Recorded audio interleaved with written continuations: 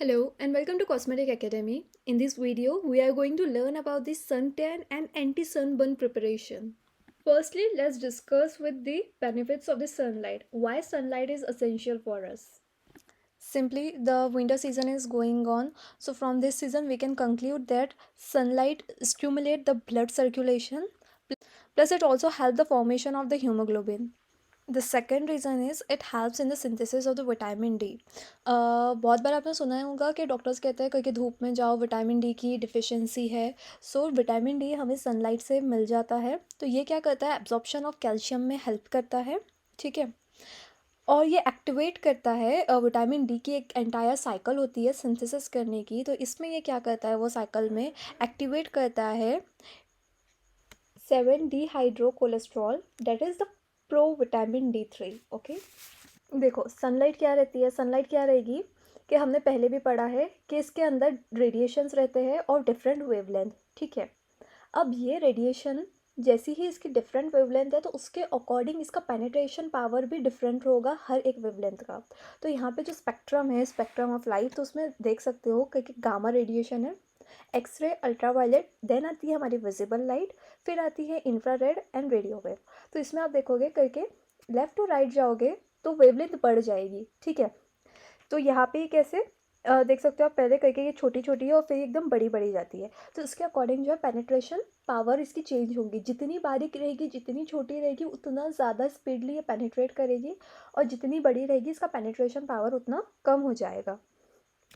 तो यहाँ पे हम विजिबल लाइट यहाँ पे देख सकते हो क्योंकि अल्ट्रावायलेट जो है सनबर्न कॉज करेगी और इंफ्रारेड जो है हॉटनेस प्रोवाइड करती है। तो इसीलिए हमारा सनस्क्रीन जो भी रहेगा वो यूवी अल्ट्रावायलेट रेडिएशन के ही अराउंड रहेगा।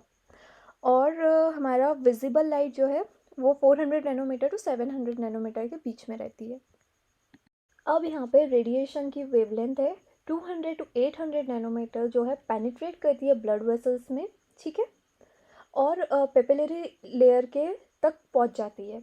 नाउ 320 टू 980 जो नैनोमीटर रहेगी वो डर्मा, हमारी स्किन की जो लेयर है वहाँ तक डर्मा तक के रीच कर पाएगी। Then the third one is 280 to 320 nanometer, तो ये एरिथ्रोजेनिक रहेगी और पिगमेंटोजेनिक रहेगी। ठीक है, पिगमेंट कॉज करेगी और रेडनेस भी कॉज करेगी।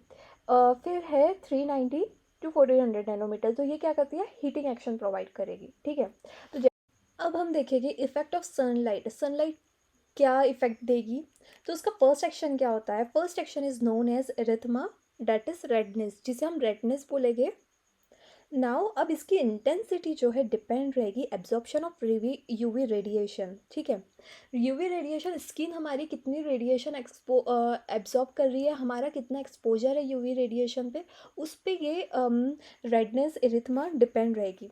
तो ये कब होता है एरिथमा, जब हम 2 to 3 आवर्स तक कंटिन्यूस एक्सपोजर में हैं और मैक्सिमम इंटेंसिटी के लिए एक्सपोजर चाहिए 10 to 24 आवर्स। अब एक टर्म है सन टैनिंग, ये पता है हमें क्या है।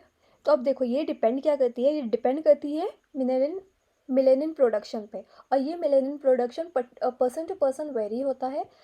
इसका रीज़न जेनेटिक्स भी हो सकता है, बाकी सारे एक्सटर्नल फैक्टर्स भी हो सकते हैं। तो इसलिए सन टैनिंग जो पर्टिकुलर पर्सन को होती है, ज़रूरी नहीं है क्योंकि वही उतनी ही इंटेंसिटी की और उतनी ही डेप्थ की सन टैनिंग बाकी को भी हो। ठीक है, इसलिए ये वेरी करेगी पर्सन टू पर्सन। और देखो टाइप ऑफ स्किन टैनिंग, तो यहाँ पे 3 टाइप की स्किन टैनिंग होगी। First one is immediate tanning, second one is the delayed tanning, and the third one is the true tanning. इससे पहले हम स्किन का एक स्ट्रक्चर देख लेते हैं और उसमें थोड़ा सा उसका एनाटॉमी हम समझ लेते हैं। तो ये है स्किन का स्ट्रक्चर। ठीक है, बेसल लेयर है, बेसल लेयर के अबव है एपिडर्मिस और बेसल लेयर के बिलो है डर्मिस। ठीक है, तो यहाँ पे जो मेलेनोसाइट है, जो मेलेनिन पिगमेंट प्रोड्यूस करने वाले हैं, वो इनिशिएट होते हैं बेसल लेयर से, you can see over here, and in the bottom this is the structure of melanocyte. So it's just like the structure of a typical cell where mitochondria, nucleus and rough endoplasmic reticulum is present. यहाँ पे जो difference है, जो difference आप देख सकते हो क्या कि मेलोजोम्स एंड मिलेनिन ग्रेन्यूल्स। तो यहाँ पे मेलोजोम्स ये डेंड्राइट से पास हो गए और ऊपर जो ग्रेन्यूल निकलेगा उसे मिलेनिन ग्रेन्यूल कहेंगे, और जो पिगमेंट रहता है उसे हम मिलेनिन कहते हैं। ठीक है, ये है एक रफ आइडिया जहाँ से मेलेनिन प्रोड्यूस होगा, और ये मेलेनिन जो है सरफेस पे आके हमें पिगमेंटेड लुक देता है।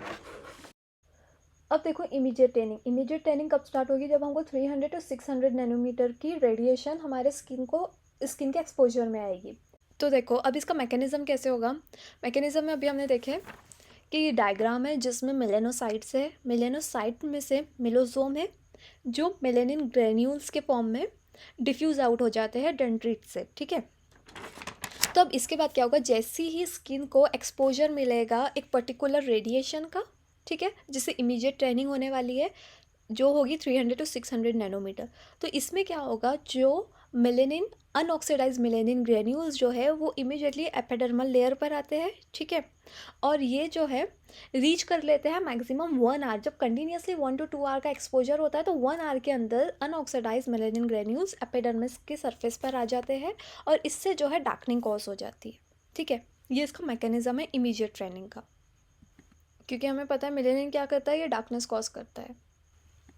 अब है second one is the delayed tanning. Delayed tanning कब होगी?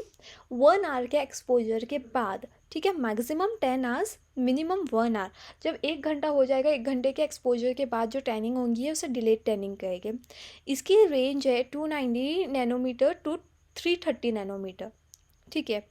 अब इसका और ये जो फेड कब होगी, 200 आवर्स के बाद ये फेड होना स्टार्ट हो जाती है। अब इसका मैकेनिज़्म कैसा है, मेलेनिन ग्रेन्यूल्स जो है प्रेजेंट रहेंगे बेसल सेल ऑफ एपिडर्मिस में, ठीक है। अब ये क्या हो गया, ये ऑक्सीडाइज हो जाएंगे और माइग्रेट करेगी स्किन की सरफेस पे जैसे ही इन्हें एक्सपोजर मिलेगा सनलाइट का, ठीक है।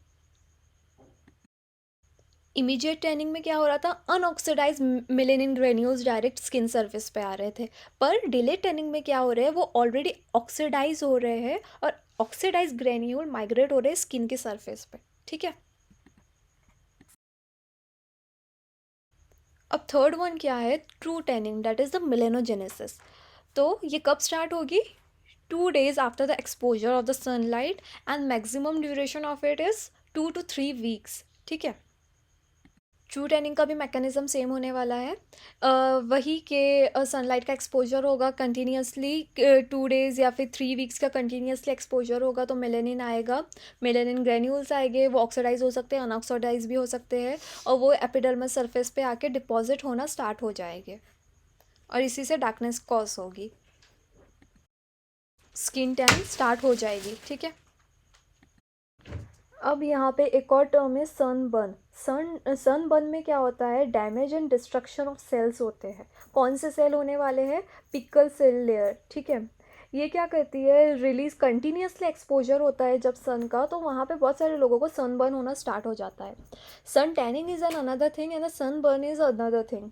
तो इसमें क्या होगा, पिकल सेल्स जो है वो डैमेज हो गए और इसमें से रिलीज़ होगा हिस्टामाइन। हिस्टामाइन क्या करेगा, 2 चीज़ें करेगा, ये स्वेलिंग कॉज कर सकता है या फिर दूसरा डायलेशन ऑफ ब्लड वेसल्स करेगा और इसी की वजह से एरिथमा भी कॉज होगा, ठीक है। और ये स्टिमुलेट करता है बेसल सेल को टू पॉडिफिलेट। ये हो गया इसका मैकेनिज्म। अब देखो इसकी हीलिंग कैसी होती है। हीलिंग में क्या होता है, 4 to 8 days लगते हैं हील होने के लिए, तो इसमें पीलिंग ऑफ स्किन स्टार्ट हो जाती है, ठीक है। स्लाइड बर्न जो है 24 to 36 आवर्स में भी क्योर हो जाता है। अब सनबर्न के जो है फोर उसमें क्लासीफाई होगा, तो जो सनबर्न फर्स्ट डिग्री वाला सनबर्न होगा तो इसमें मिनिमम एरिथमा होगा। सेकेंड डिग्री वाला जब होगा तो विविड एरिथमा होगा।